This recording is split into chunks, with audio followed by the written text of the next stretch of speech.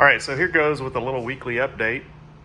This is our two 20-foot high cube office. Obviously, we cut the walls out of these 20-foot high cubes, and a high cube is about, 9 foot tall inside, 8 foot 10, right in that range. I use that just to make this feel a little bit bigger, but 20-foot high cubes are pretty oddball.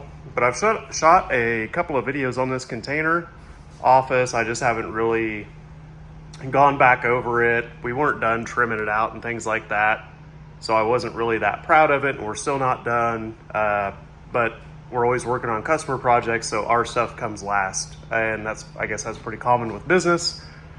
But here you go.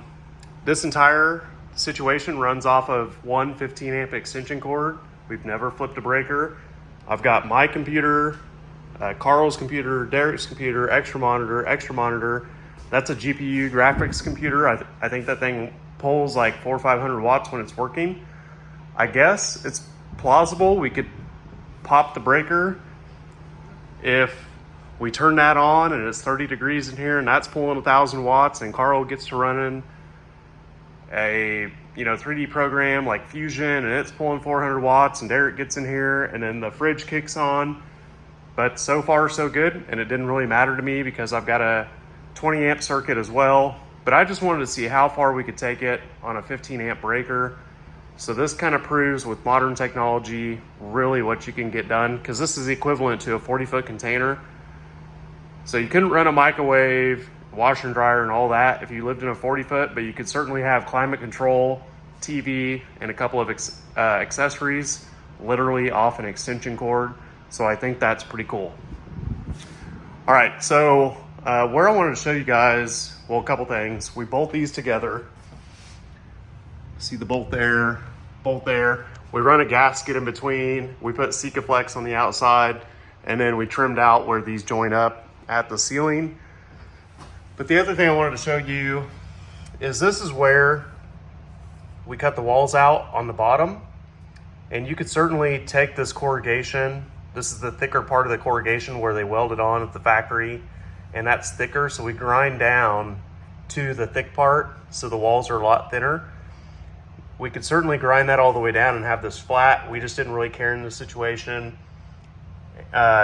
We just didn't need to. I got this sticky rubber. It's like a 2-inch, 1/8 thick rubber, again off Amazon. Stuck that down and that filled that gap. And the floor and everything on this is spray foam, and then it has shiplap walls. And I kind of hand brushed all this shiplap, so it has a kind of an old-timey look to it. So that's our office, and we used to office out of a 20-foot, and we were gonna do a 40-foot, but the 40-foot was going north-south at my location here, and it was gonna kind of block a lot of our ops to the south. So this 220-foot configuration worked a lot better for us at this time. We may sell this, and if we move it, we can actually pick it up with the loader over here, pick it up with the forklift on the back end, pick the whole box up without unbolting it and move it wherever we want, because we're probably going to build another building right here where this is placed. But if I were to sell it, we would just unbolt it, ship it, put it back together. So pretty simple, but it gives you sort of a more square space than one 40-footer. One 40-footer is just going to be a long, narrow space. So let's go out here and take a look at a couple other projects we got going.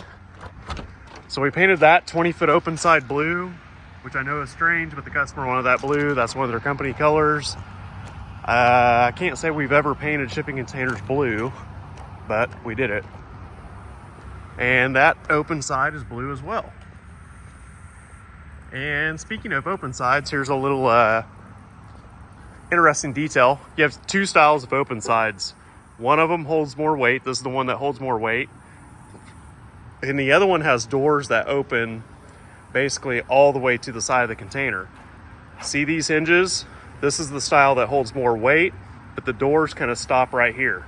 The other style has these hinges out here. And if you look at pictures of open sides, you'll be able to see what I'm talking about, but the hinges go all the way to the edge and those doors flip all the way open. So if you're buying an open side, that's a little nuanced thing that we kind of learned recently, because I had a customer request that the doors open all the way around the container. So here's another 53 foot. This is a mobile boiler.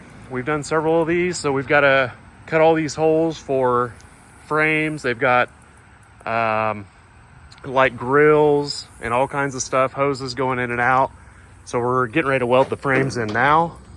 And they have to use a 53 foot for these boilers because the width. 53 foot containers are 8 feet 6 inches wide.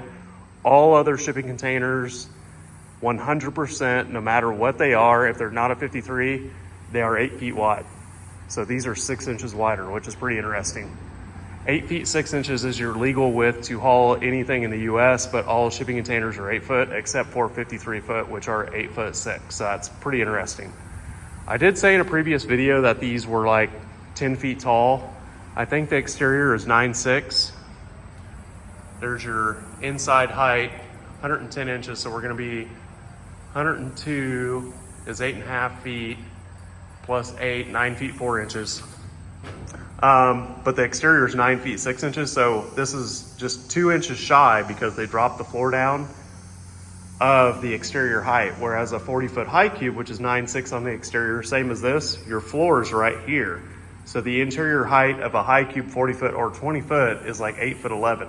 So 53 gives you 4 or 5 more inches of interior height as well. So you can see here kind of all our frames going in, and then we're gonna put 2-inch braces. I think those go every 3 or 4 feet on the ceiling.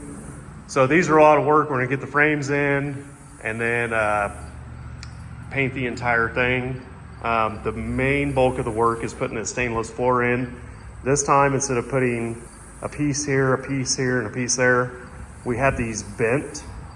So these are all like a pan. And that saved us from having to weld this additional piece here and weld in the corner. So we've got like a tub. And I've got one of these out here I can show to you. There is a piece of stainless that is bent. You can see it there. All right, we can walk into the shop here and check out a couple other projects we got going on. And as always, if you guys got questions or anything, let me know. A silly thing about Apple is you still cannot pause and restart videos without downloading some other goofy app that gives you a bunch of ads. So Apple needs to get on that. All right, this is a concession stand. I don't have any lights inside. I'll flick this one on. So we are wrapping up the wiring on this white shiplap. We do insulate the doors. This is gonna run off a 15 amp extension cord. They're only gonna have like a fridge in here and a mini split, and that's about it, credit card machines. And there's the concession window. It's got some pretty robust shocks on it. It flies right up. So that's what that looks like. So pretty cool. And the sister container to this is this bathroom unit, which I've shot a couple videos on. It's 2 ADA bathrooms, so yes, they are large. Vanity, toilet. This plumbing is going straight out the floor. It's gonna have a trench underneath to tie in plumbing. And then they're gonna set on piers. There's 2 ways to do plumbing on a shipping container. You go out the floor and you do it that way, or you do macerating pumps in the toilets and you do a side exit.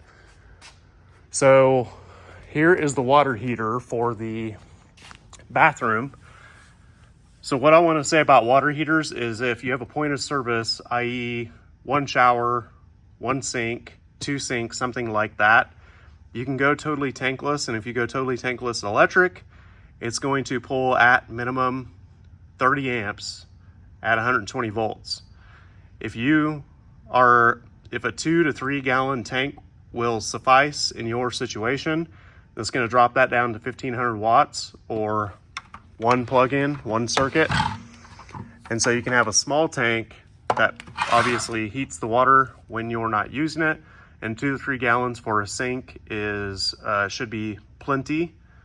So go with a small tanked electric heater if you have an RV, a lot of shipping container applications, things like that. All right, so here's another office. We just primed the shiplap.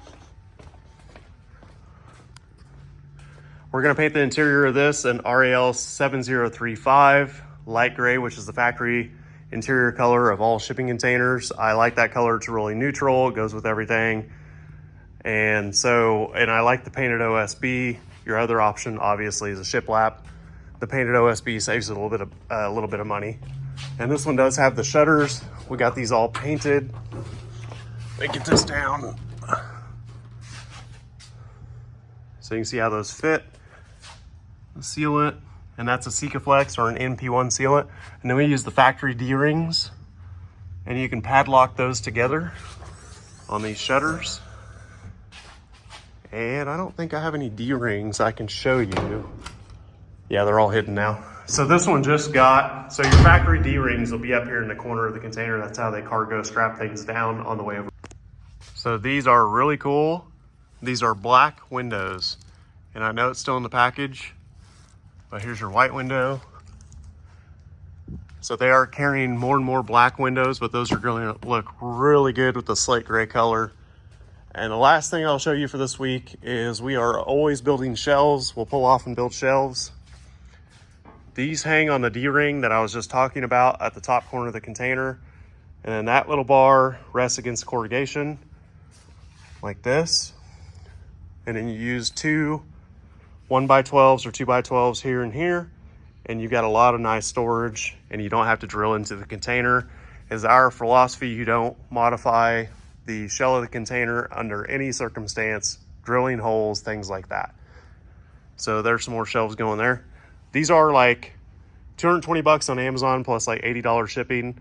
We sell them for 100 bucks a piece, or 90 bucks a piece if you buy like 5 or more.